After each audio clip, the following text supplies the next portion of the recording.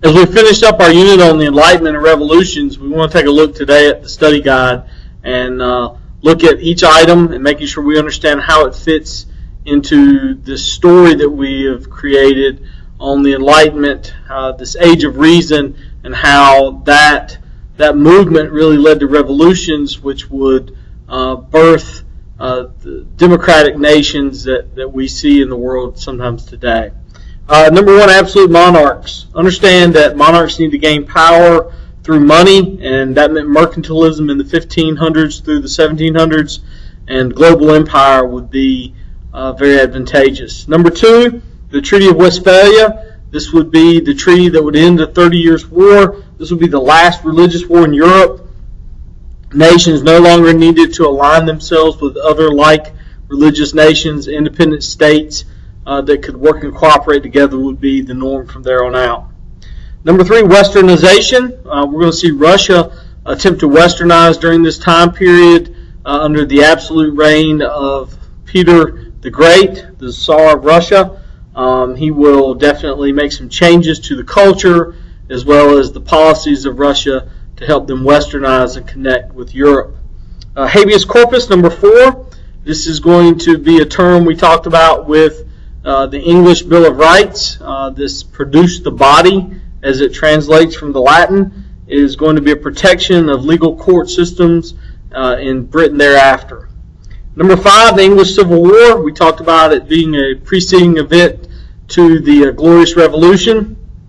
This English Civil War, the conflict between Charles I and the power of the English Parliament, will definitely create an environment that the English Bill of Rights will be produced from.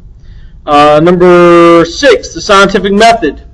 We talked about how the ideas of the Renaissance had fueled the ideas of the scientific method, challenging the status quo using observation.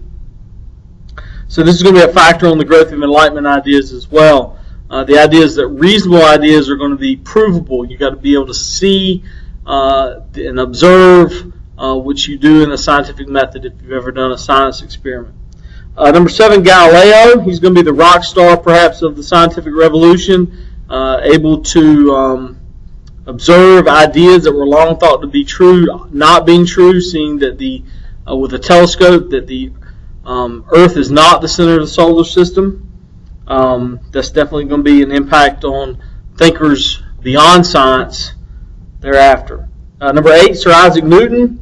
If the laws of science are provable, why not the laws of men? So understand that his ability to use math to prove physical laws would also say that there can be indisputable, undeniable, inalienable rights for people.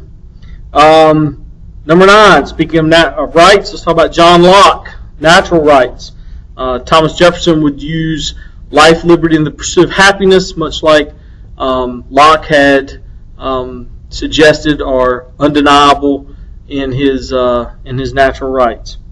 Voltaire, number 10, definitely a proponent of tolerance. You're going to respect differences amongst others. You don't have to all be the same in order to coexist. Number 11, social contract.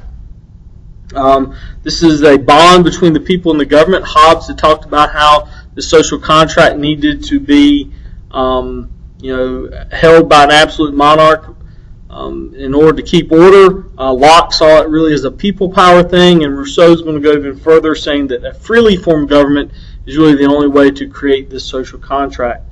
Number 12, Adam Smith. We're going to see how these ideas of Enlightenment filter into ideas of the economics. The father of capitalism, his laws or his supporting of laws of supply and demand to drive economic decisions, no government involved, hands off the economy. Number 13, the enlightened despot, leaders like Catherine the Great and Frederick I. They will continue their absolute power while recognizing Enlightenment values, never really enacting many reforms simply because it would have threatened their power. Number 14, the Stamp Act. These would be the policies of the British government towards the Americans. This is a biggie because if Great Britain did repeal or end the Stamp Act at the boycotting by the Americans, and it kind of left the Americans thinking they could get their rights back through that technique. Number 15, the Declaration of Independence is a document that really shows all the ideas of the Enlightenment, the Age of Reason ideas, the social contract, popular sovereignty, natural rights. It's all in there. Number 16, the federal system. The American Revolution would continue for some, even through the creation of the U.S. Constitution. The federal system is a leveled government system that has, of course, national powers and state powers coexisting there. Number 17, the French Revolution's tennis court oath, as the States General met at Versailles in 1789. The government, the government then will start this revolution with the Third Estate demanding a new plan for government. Number 18, the Committee of Public Safety. During the French Revolution, of course, radicals ascended to power, and by 1793 had created that Committee of Public Safety, which waged a reign of terror on the people to keep power, using, of course, the guillotine as its tool. Okay, a coup d'état, which translates to stroke of state. Napoleon performed the strategic move from his growing position of power, being a person of the military. The military had been empowered under the French Revolution at this time. He demanded the Directory to dissolve and actually took power from them. Number 20, the Congress of Vienna. After Napoleon's defeat, leaders of Europe wanted to go back to monarchs, absolute monarchs. Revolutions were seen as dangerous. Democracy was too unsettling. Number 21, Simon Bolivar. He's a leader of many revolutions in Latin America, going to promote this pan-South Americanism, if you will, that all South Americans need to work together and be unified, very nationalistic in his approach and his attitudes to free people from Spanish rule. Number 22, nationalism is a force to use to unite people of the same nation, pride and loyalty in that nation, and definitely available and useful when trying to remove outsiders from one's nation. Causes and effects of revolutions, number 23. Lots of reasons revolutions happen. You got to see, though, that when money becomes a huge factor, people will definitely pull the trigger on change. So economics is definitely a spark many times. Number 24, characteristics of revolutions. After a terror phase of revolution, order is needed, and who provides order better than troops? Keep that in mind.